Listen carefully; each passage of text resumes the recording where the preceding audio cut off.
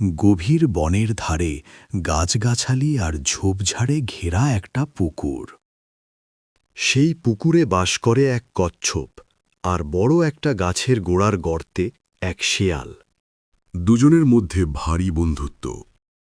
একদিনের কথা, তারা সুখ দুঃখের গল্পগাছা করছিল। সেই মুহূর্তে আচমকা সেখানে লাফিয়ে পড়ল এক গেছো বাঘ। ক্ষিপ্রগতির ধূর্ত শেয়াল বাউলি মেরে সটকে পড়ল। কিন্তু চাকা লাগানো গোল চাকতির মতো কচ্ছপ তো গড়াতে গড়াতে পুকুরের দিকে যেতেই তার ওপর হামলে পড়ে গেছ বাঘ।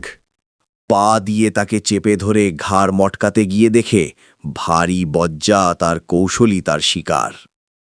ঘাড় নেই, গলা আছে, তবে শুরুত করে তাকে শরীরের ভিতর লুকিয়ে ফেলে।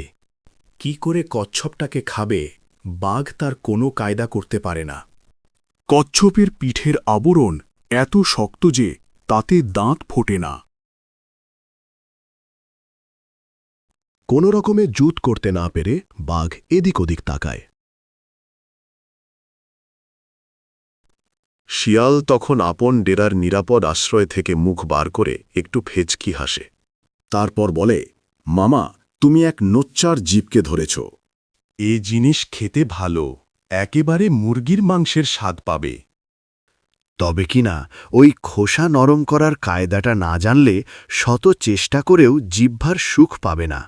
বাঘ বলে, ভাগ্নে, জলদি বল না ছাই, এ জিনিস খাওয়ার কায়দাটি কি? আমার আর তর সইছে না।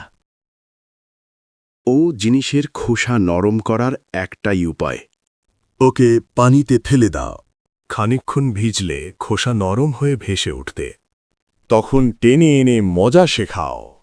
বোকা বাঘ তাই করে। কচ্ছপ দ্রুত জলে মিলিয়ে যায়। শেয়াল বলে, মামা, বসে বসে অপেক্ষা কর, তোমার খাবার তৈরি হয়ে ভেসে উঠবে। শিয়াল বন্ধুকে বাঁচাতে পেরে খুব খুশি। গিন্নিকে বলে, বউ, একটু সর্ষের তেল দে।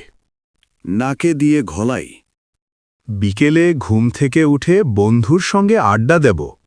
আর বুদ্ধ বাঘের পিণ্ডি চটকাব।